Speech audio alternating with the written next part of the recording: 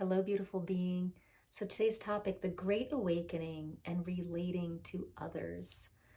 Have you noticed as you start raising your frequency, broadening your perspective, that perhaps relating with people is getting more challenging? I definitely have noticed this myself. So we are amongst this time in history where there are many, many people popping like kernels of popcorn, popping into their awakening. And that means they are opening their eyes to broader perspectives. They're clearing out their energetics. They're raising their vibrations. They're hanging out at higher vibrations. And it's happening quicker and quicker. There is a quickening happening on our planet. And there is some challenges with relating to people in our lives, whether it's close friends and family, or whether it's neighbors, or whether it's systems we find ourselves being part of. Because as we go through our awakening, there's different levels and stages of the awakening. And there's unconsciousness that is still on the planet. And there's consciousness, and there's expanded consciousness, and there's expanded consciousness, and there's expanded consciousness. So how do we relate to where we are in our awakening process, wherever we are in it, and also work with the levels of expanded consciousness, and how do we work with the unconsciousness? And what I want to say here too is just because someone is on a spiritual path or they're religious doesn't mean they're not living unconsciously. Consciousness is a commitment to living moment to moment and really being aware. So think about this, like what's in your consciousness, you get to be aware of, right? And so the more conscious we are, the more we become aware of. Now, when we go into subconscious and unconscious layers, that's stuff we're not aware of yet, right? Now, as we get into our awakening, we become more and more aware. We become more aware of the subconscious and unconscious aspects of ourselves, of humanity, of the earth, of the awakening process. And it can get interesting. It can get interesting when we are working with expanded consciousness and we are still relating and working through people and what they're saying and what they're projecting that's unconscious. And the more conscious we get, the more aware we get of this unconscious stuff. So what do we do? So I just listened to a wonderful live stream by Phil Good. It's called The Great Awakening. And he had some great ideas. And I got really inspired by listening to it. Because if you joined me for the last video I uploaded, I just had this experience at the doctor's office. And it really, I got triggered. And my unconsciousness came up, but I caught it right away and got very conscious around what was happening. And the idea that I'm just not a vibrational match here anymore. So when I talk about relating to people and family and friends, but also systems, there's a lot of unconscious systems out there that are serving the unconscious collective. And if we are joining in on those unconscious systems and services and resources out in the world, we're going to feel it. We're going to be aware of all the unconscious things that are lining up to make this system. And the system that I was in yesterday was a doctor's, a clinic, a health clinic. And as soon as I walked in, I could just feel it. I could feel all the unconsciousness lining up, and it triggered me. It triggered my unconsciousness. And what I realized was that, oh, I'm still choosing this. I'm still choosing for my unconsciousness. So as I asked the question, what's right and light about this I'm not getting, it became very clear. It's just like, I'm just not a match here. I don't have to keep choosing this doctor's office. Now, that was pretty cool. That was very eye-opening. But when it comes to close friends, family, what do we do then? Well, one is we don't always have to keep choosing them, meaning that we don't always have to have them right there in every day of our lives. We can create space with them. We can call them once in a while. We can have like monthly visits or weekly visits. We don't have to create. But if we are with them, what do we do? What happens when you are aware of the unconsciousness that's being projected into the space that you are playing in? Say you're having tea with someone, saying you're going for a hike or a walk with someone. Say that you are working with someone in your cubicle, right? And you're just so aware of the unconsciousness that's being projected at you, and the statements like the blame and shame, and the projection of just negativity. I really loved what Phil Good said about this. And it's also what Eckhart Tolle says. It's just a practice that is so powerful and so simple, but not super easy to do. The practice is silence. If you're around someone that's having a moment of unconsciousness or seems to have a lot of moments of unconsciousness, you don't have to participate. In fact, your level of awakening might require that you don't participate in this anymore.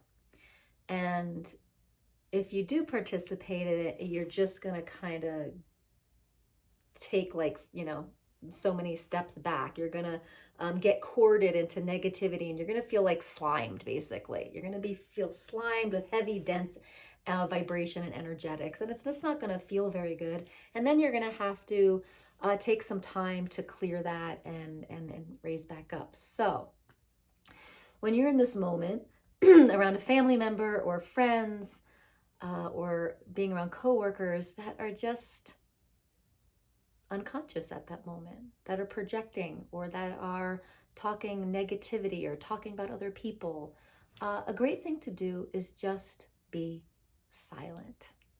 Eckhart Tolle talks about this in the book A New Earth. It's a really wonderful book. I really recommend it. When people start when their pain bodies are activated, just be quiet. Do not engage. Now, I say this is simple because, yeah, just being quiet is pretty simple, but it's actually kind of challenging to do. But you can do it. We can do this. So the idea is silence is a beautiful reflection for them to realize where they are, what they're talking about, if they want to continue down this road. Most likely, if you're being quiet and don't engage the pain body's part of the ego, and wants to be heard, wants to be seen, wants to engage. And if you're not engaging with it, it may subside. And not only that, but that person might have a mirror of, oh, I don't think I want to be talking about this either. And I love this because so many times lately I've been noticing, oh my God, I'm one of those people that can, take a lot of unconsciousness, and then I'm like, enough. And I'm having a shorter and shorter time being able to do that.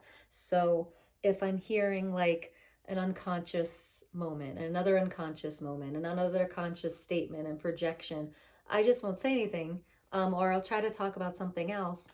But by the fifth or sixth one, I'm like trying to just get the person out the door, and then I text them and say, hey, didn't like that. This didn't feel good, da da da. So in those instances, the silence really wasn't working, and I felt like I wanted to say something, but that saying something actually activates their pain body, their egoic nature and stuff. So if I could just be really still and present with these unconscious statements that the person is making, not to be mean, but maybe to connect, Maybe they haven't realized that connecting doesn't have to include the pain body, right? Connecting doesn't have to mean disempowering someone. A lot of things that I've gone through with people coming, doing their unconscious stuff is like, oh yeah, I'm glad you're getting that room painted because it really could use, it really needed it, didn't it? Like kind of putting me down in kind of a way, connecting with me, but kind of putting something down. Or oh, you think that's when it happened? No, no, no. This is what happened. And it was my life, it was my experience, yet someone else is disempowering my memory, my story, whatever it is, and they are telling me, no, no, no, this is when you did that. So there's kind of sly ways that people do. They're trying to connect with you, and their ego wants to be right, and they want to take your power away. So these are some unconscious ways that I've been treated lately and projected upon. And it can be when someone's trying to take your power away, usually they're feeling pretty disempowered in their lives and they're trying to feel better about their lives. So, what if we try to be quiet? What if we try, as they're saying these things, to not make a comment back, to not say anything? And it's simple, but it's hard. You know, I had someone talk to me the other day about they were talking about someone's weight. They hadn't seen some people in a while and they were talking about their weight. And I really don't like talking about that. And I tried not to engage, or I tried to say something positive about it or something like that. Or, you know, did they seem happy? You know, my response. But even that response, that engagement gets them kind of talking and defending themselves. So I wonder what would have happened if I just listened and stared blankly at her and just stopped talking altogether. Just complete silence. Supposedly, it just helps someone have a mirror and realize and just stop talking about it. Eckhart Tolle talks about this too. The more they keep talking without you saying anything, without you engaging at all, they eventually get disengaged from it themselves. So maybe we should try that. So let me know in the comments if you go and try that, if it worked for you. I'm going to give it a try as well. Lots of people in our lives are at different stages of this great awakening, different stages of awakening, different stages of ascension. And it's exciting. It's exciting. And sometimes during this great awakening and relating to others, it can be almost like an ego game, like who's farther along, who's this or that. And none of that really matters because like we're all going to the same place. We all have the same choices. The problem is that we're all so here's the expansion core of source, right? And we all go through different avenues to find it. And then we're guided to maybe a different avenue, and then we're guided to a different avenue, and then we're guided to perhaps just our sovereign self. And the idea is to let go of right and wrong. The best thing we can do is to allow someone their journey, their process, and be in, well, this is what I'm experiencing. This is how things are for me. And it's hard because a lot of us on our awakening journey feel like we're vibing out of certain systems, certain people, certain relationships. But the ultimate goal perhaps is to be able to be our light selves in any situation. That's allowance. And if we allow unconsciousness constantly to be projected on us, we become a doormat. So it's okay to say, this doesn't work for me. Like I did at the doctor's office yesterday. This doesn't work for me. I'm going to choose something different. And so if you are in a relationship and you've tried and you feel like you've really grown and you're just like, this doesn't work for me. If you can walk away with a this just doesn't work for me, without the I won't talk to them, I won't do this, I won't engage anymore. It's a subtle difference, because for the won't and I'm not doing this, there's a certain polarity to that and unconsciousness to that. But if you're kind of like, it's a lot of energy just to be around them, and I'm silenced most of the time. It's just, there's a lot of unconsciousness, and this is not how I want to spend my time. It just doesn't work for me. Walking away and not engaging in relationship in that way has a different energy to it. Can you feel that? This just doesn't work for me. And instead of, I'm not talking to your sister anymore, I'm not talking to your brother anymore, I'm not talking to my mother anymore. That has more of an edge and a polarity to it, and a lower frequency. So if just everything is a vibration, however we're acting, however we're being, however we're behaving, whatever we're choosing, everything has a vibration. So the law of vibration says like attracts like. So if we are attracting unconsciousness in our field, is there something unconscious that we get to take a look at too? Are we mirroring? Is something mirroring back to us? And then I kind of wonder, sometimes do we choose past what's aligning with us? And this is a question I have, is that if like attracts like, if everything in the universe or everything in the world is a reflection of what you're vibrating, is it? Or are you not choosing for your vibration anymore? Do our emotions let us know that, hey, you're not in alignment with your highest self? And if we don't heed that, then we get to be around other vibrations that are unconscious, that aren't where we are in our awakening journey. So for me, that's something to really ponder, and to sit still enough during the day to tune into what you truly want to choose as a result of where you are in your vibrational awakening, your vibrational reality.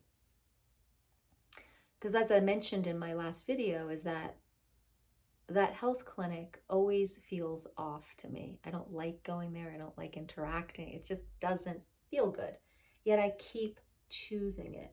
So I go past my awareness and I choose it anyway. So as we're relating in the Great Awakening, it's really important to sit still and listen within and follow your awareness. Follow that lightness of your awareness and make the choices your awareness is guiding you to. Because if we don't, then there's a discrepancy in alignment and it feels off. So my friends, during this awakening journey, it's not linear. Okay, we're going to have our own unconscious moments. We're going to have moments that we're really aware of the unconsciousness around us, and it can be really uncomfortable. I really urge you to try that silence technique, and don't engage with the pain body of other people. And when you find yourself in your own unconsciousness, see if you can create awareness around it within the first 5 minutes, within a day, within a week. Just in Course in Miracles, we call that the miracle moment. So really, the moment you realize you're in your unconsciousness, bring it to your consciousness and see what you can do with that. Ask some questions. What is this? What am I making important here? Okay, and bring it to consciousness as soon as possible. Now, when we do this kind of work, we're giving others permission to awaken. We're giving others permission to have an aha moment, okay? When you are willing to be of service to your own vibration first, you are leading the path for others to do the same, okay? Now, a lot of us have been people pleasers. I know I have. I want to take care of people. I've been very close with my family. I've wanted to like take care and make sure they're all okay. And a lot of times that I go against my awareness and against my vibration of where I am to go please them or to go help them or to include them. And I'm really learning how to go here first, because in going here first, you actually are giving people permission to do the same and offering them their power, teaching them about their own power of self, of source self. You're giving them permission to awaken, and you're giving them the model of how to do it, how to work with unconsciousness, because eventually they're going to have a day where